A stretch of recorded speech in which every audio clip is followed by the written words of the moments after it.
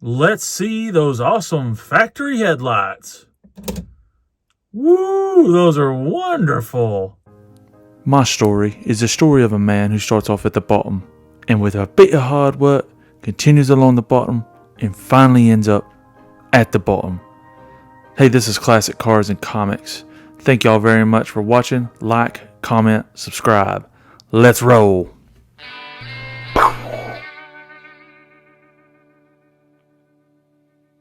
Best thing ever. Oh my goodness. Let's do something about that. It looks whiter than it really is. It's very yellow here on my end, but that doesn't look too bad.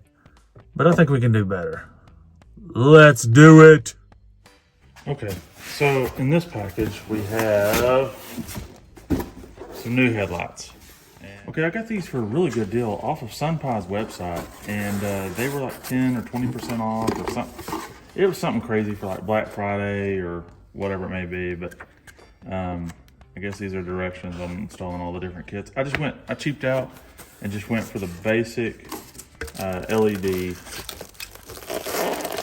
Now, whenever I say basic, I'm starting to realize that I got literally just that, the basic headlights. I don't have any kind of anti-flicker or anything in there. That's not good.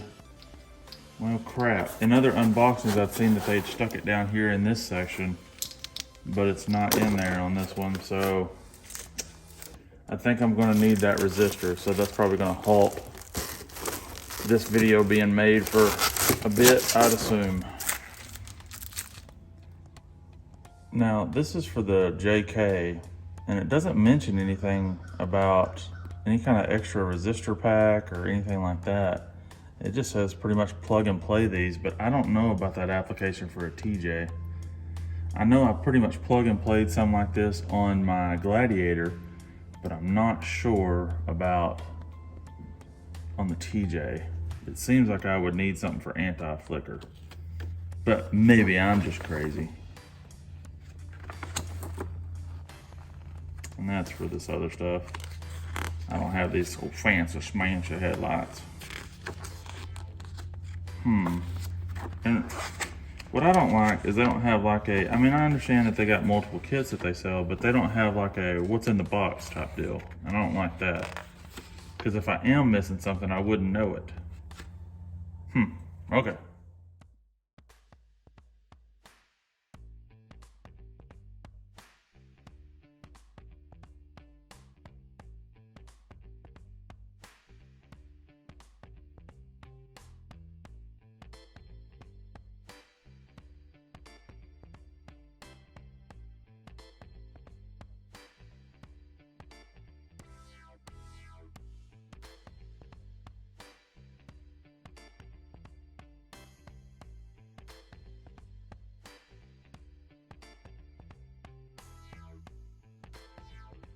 Okay, so there's multiple Torx bits in here, and the one that I think is going to work for my application is a T15. So there is one here, down there, and there. I think there's 4 of them.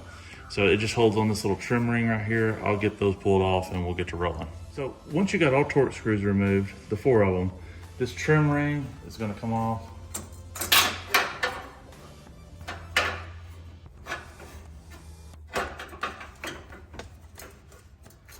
Maybe both. So for orientation purposes, it's pretty much even on each side, but for orientation purposes, and then I just set these down exactly how I pulled them off. That way I know, hey, this is how it should look. All right, so there's the old dirty harness down in there. Give you a little look-see. And so this should just straight unplug and then plug the new one in, and I'll put it back in there. So whenever I unplug these lights, I am gonna get in here with this WD-40, the Specialist, it's contact cleaner for quick drying. I'm gonna get in there and spray that little inner housing there, and then get my old air tank compressor going, and then just sort of blow it out a little bit to get it dry again. But I'm gonna get in there and get that done. So that you can see what I'm talking about, this is how dirty it is on the outside at least. So why would you want to be already in this area and not do what you can to try to clean it there a little bit?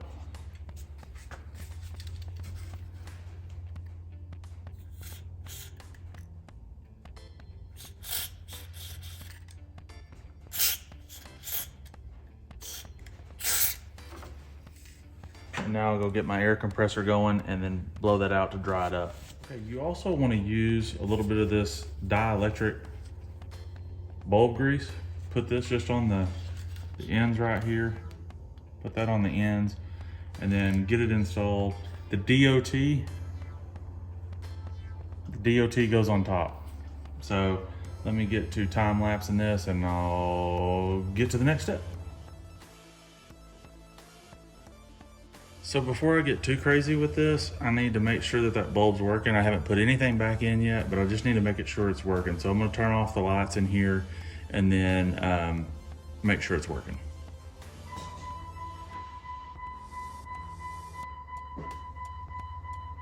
All right, that's good. Everything appeared to be working. Okay, I'm gonna set you, it's pretty close to dead center right here, and I'm gonna do it again, and that way you can see the difference between the bulbs.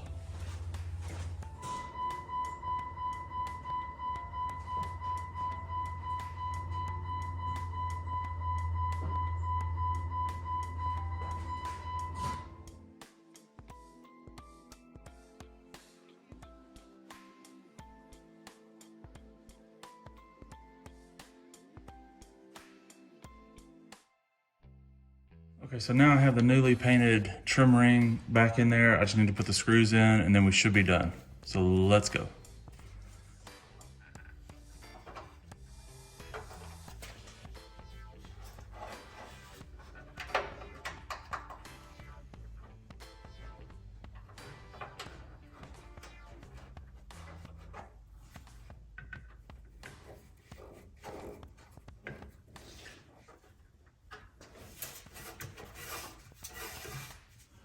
Get something and wipe that bulb down and you'll get a clear look at it. Okay, so that's the new bulb installed. Now there are some little notches up on here on the top, and so you can see this DOT is just a little bit off center. That's what I found was the best for going a little bit off center to get the notches on the back of these housings, to get those notches in there, and then it's seated properly. So I was able to put that inner trim ring down there flush, and then this went in no problems at all. So just a tip and a trick maybe.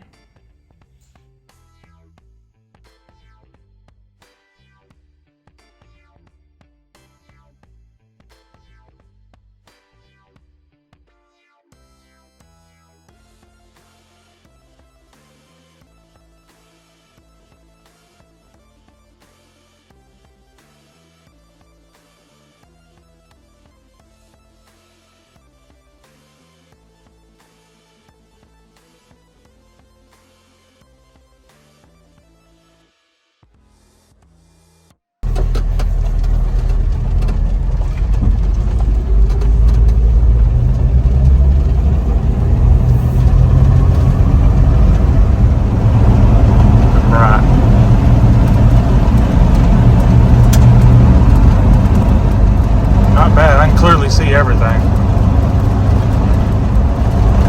See if they flash me for my lights. Yep, sorry.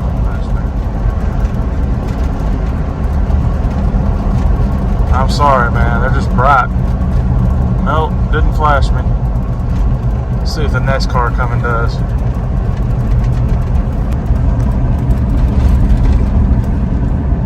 That might be a Jeep. And if that's a Jeep, they already know.